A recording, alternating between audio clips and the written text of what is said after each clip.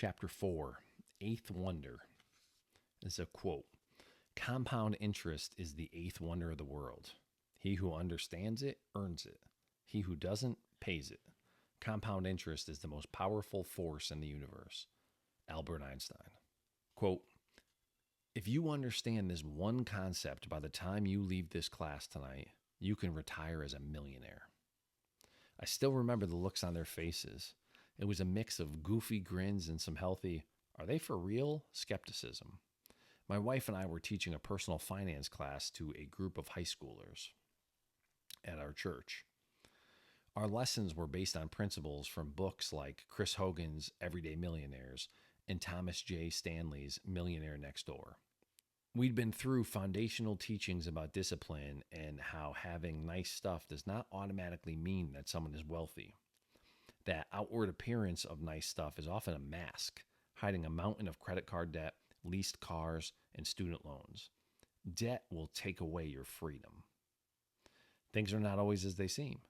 In fact, most millionaires are not at all what you may picture. Most high schoolers picture professional athletes and movie stars flying around on private jets when they think millionaire, or trust fund kids who inherited their wealth.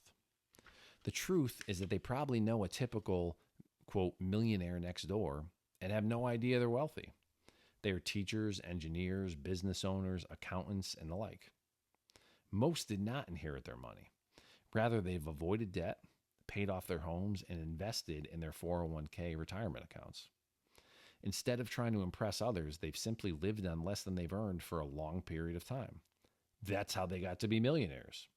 And most of them are able to do this on a modest income. You don't need to make $1 million a year to become a millionaire. Most never even earn $100,000 in a year. That's from Chris Hogan's book, Everyday Millionaires. So with this foundation laid and the kids' interest peaked, we turned our attention to the concept that leads to a millionaire retirement. It's what Einstein called the eighth wonder of the world, compound interest. We showed them that if a teenager would be disciplined and start investing at a young age, even if it's not a lot of money, they can harness the power of compound interest. Time is on your side. This is the antithesis of a get-rich-quick scheme. So how exactly does it work? As Benjamin Franklin put it, money makes money. And the money that money makes money. That's from Benjamin Franklin and Compound Interest from the My Money blog. In other words, we are talking about small incremental change over a long period of time. Each year, the amount snowballs. So if you start investing early, your 401k retirement account can look much different at age 65 than it does at age 25. It can grow exponentially, and surely some of the parts that make up the account would change over time. But do you know what doesn't change? Whether it's a $2,000 account or a $2.2 million account, it's still a 401k retirement account. There is a difference between changes within a type and changing from one type to another.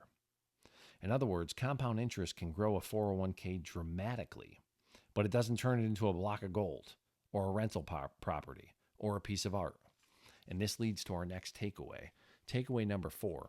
There is a difference between microevolution, which is changes within a type, and macroevolution, which is changing from one type into another.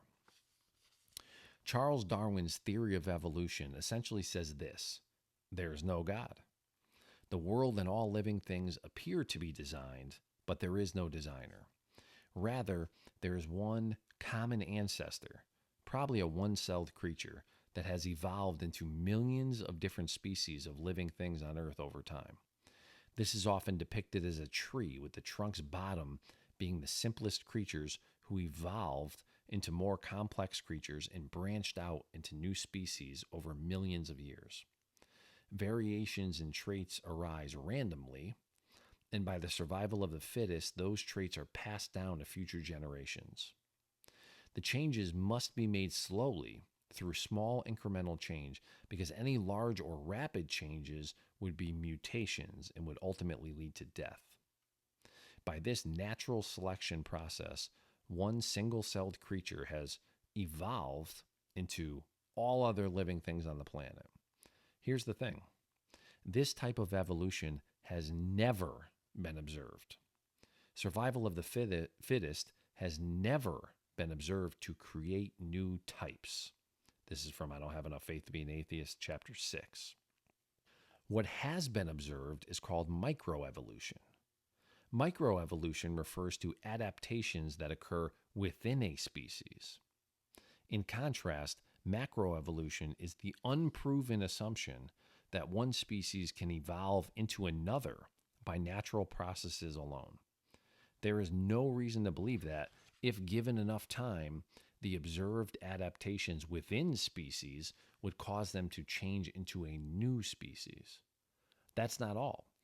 Because Darwin's theory assumed one simple creature evolved over millions of years by tiny changes, there would have to be transitional creatures as one species evolved into another.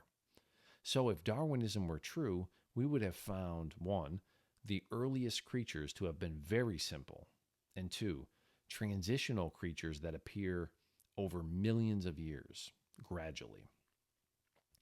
The actual fossil record tells a very different story. Darwin sent a copy of his book to Louis Agassiz, a Harvard-trained scientist and the top authority on the fossil record at the time. Agassiz rejected the theory based on the fossil record. Now, fast forward to today. And this is from Darwin's Doubt, Chapter 1 by Stephen Meyer. If Darwinism were true, we would have found thousands, if not millions, of transitional fossils by now. That hasn't happened. The fossils that have been found cause yet another problem for Darwinism. They indicate that a huge variety of sophisticated creatures appear suddenly. Fossil discoveries such as the Cambrian explosion troubled Darwin because they show complex creatures appeared suddenly at the dawn of life, with no evidence of simpler ancestral forms of those creatures. The variety of these complex creatures were so extreme that it took decades for paleontologists to grasp it fully. That's from Chapter 2 of Darwin's Doubt. Stephen Meyer details this challenge to Darwin's macroevolution in that book. Darwin's response in the late 1800s was essentially that we needed more time to discover more fossils.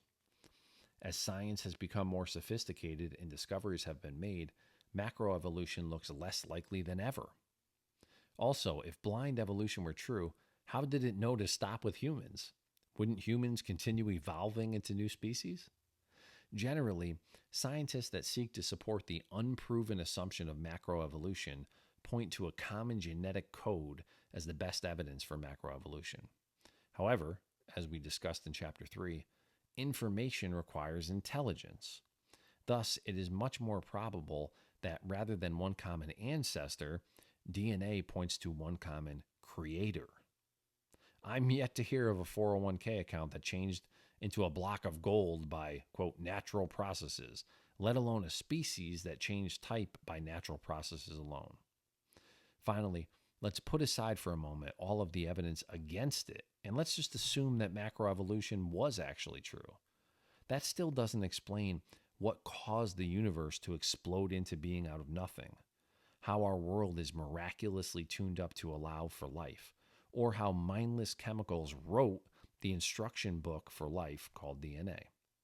Whether or not evolution occurred, it doesn't explain how the first life came to be. The first dollar for that 401k account still had to come from somewhere before it could grow and change over the years.